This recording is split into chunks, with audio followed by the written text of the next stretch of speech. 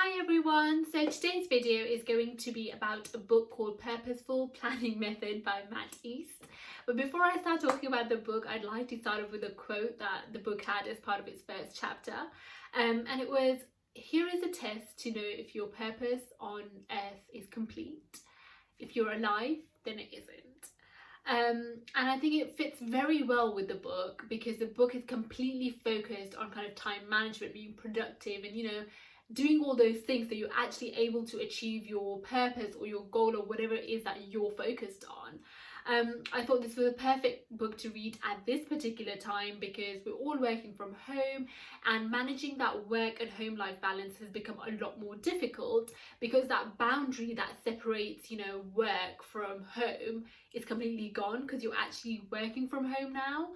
And it can mean a lot of different things. You can seem a little bit less productive and you can feel a little bit like, I don't know what I'm doing. I'm either working all the time and not being able to finish my work, or actually I don't feel like I'm working at all, kind of thing. And it's important to kind of find that balance. So I thought, let's read this book, and I did. So first thing first, the book is actually very short, a very quick read, so I would recommend reading it, and it's actually available for free as well. So again, worth looking into. So the book basically focuses on kind of two layers we have, which is the habit layer and the fluid layer.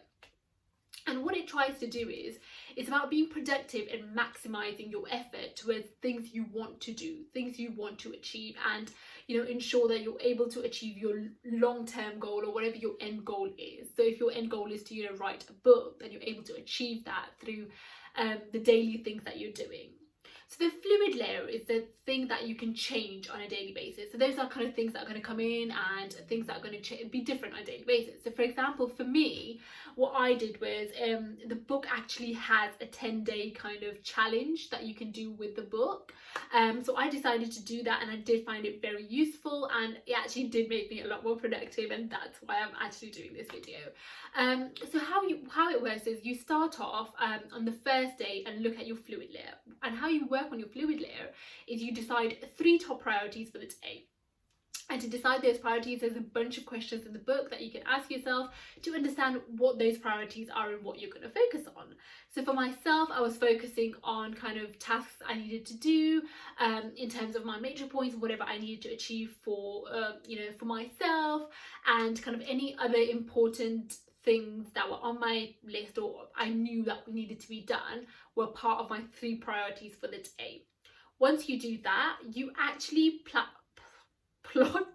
those 3 priorities in your calendar. So you would actually assign yourself time to get those 3 things done in your calendar. But what you need to do is you need to ensure you're giving yourself enough time, because that's one of the things that can lead to procrastination, is that if you're setting yourself a goal that's just unachievable, your brain's just going to be like, that's just not possible, I don't want to do this, I'm done, I'm out of here.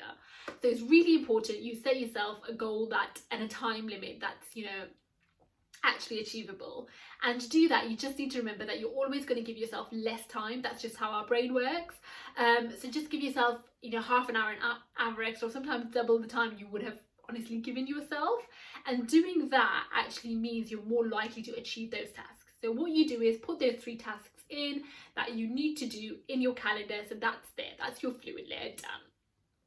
Okay, then you have the habit layer, which is things you're going to be doing every day, things that don't need to change. So that could be if you're just having breakfast in the morning, or spending time with your family in the evening, or doing a bit of meditation, like a 20-minute meditation in the morning, and that's something you want to do every day, then that would be part of your habit layer.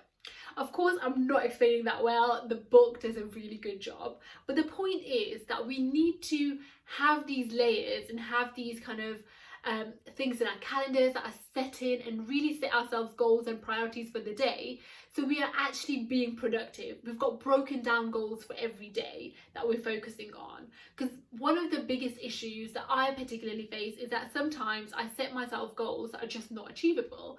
So for example, I was working on some stuff relating to my YouTube channel, and I said to myself, I need to film 3 YouTube videos this week. Okay, that was my goal, and yes, that's a perfect goal, but that's an end goal. I can't just reach that, you know. To get those 3 videos, I need to have enough ideas for 3 videos. That means I need to do research. After research, I need to do planning. What would it look like? What am I going for? After that, it's the actual filming, then it's the editing, then it's putting it up on YouTube, but with that, sorting out captions and all these other little things that make those 3 videos are actually very time consuming. But for me to say to myself that I just need to do these 3 videos and that's my goal is very unhelpful for myself, because actually I'm setting myself up to fail by putting in a goal that's just so big and doesn't really have any time frame or anything else. It's just like 3 goals, 3 videos by the end of the week, but it's got a time frame, but really it's just gonna be ticking in my head like, I'm not sure how it's gonna go, I don't have the time, blah blah. But doing it this way, by dividing things up, choosing your priorities, putting it in your calendar, you're ensuring you're holding yourself accountable. You've set time aside for it already, so when that alarm goes off to say, you know, oh, it's 2 o'clock, you need to do some research for your YouTube videos, you can't say anything. Like, you can't make up an excuse, because you need to do that. You set yourself up for that, so you need to do it. So yeah, that's basically kind of some of the stuff the book covers. Like I said, the book's quite short. I would recommend reading it. It is available online, so you know, definitely worth checking it out. And let me know if you find it helpful, because honestly it has been a game changer for me. I have used it, like used the challenge for 10 days. I'm still working on my habit layer, which is obviously the things I need to do on a daily basis, and obviously habits take anywhere between 21 to 30 days to build, so that one's a lot more difficult. But my fluid layer, in terms of tasks that I need to do on a daily basis, the priorities I'm setting myself, that is going really well. I'm actually just very impressed with the amount of work I'm actually getting done, and that is why I would definitely look into at least trying the 10-day challenge, even if you don't want to read the complete book. If you do have any questions, if you do have any recommendations, definitely let me know. I'm always interested in hearing.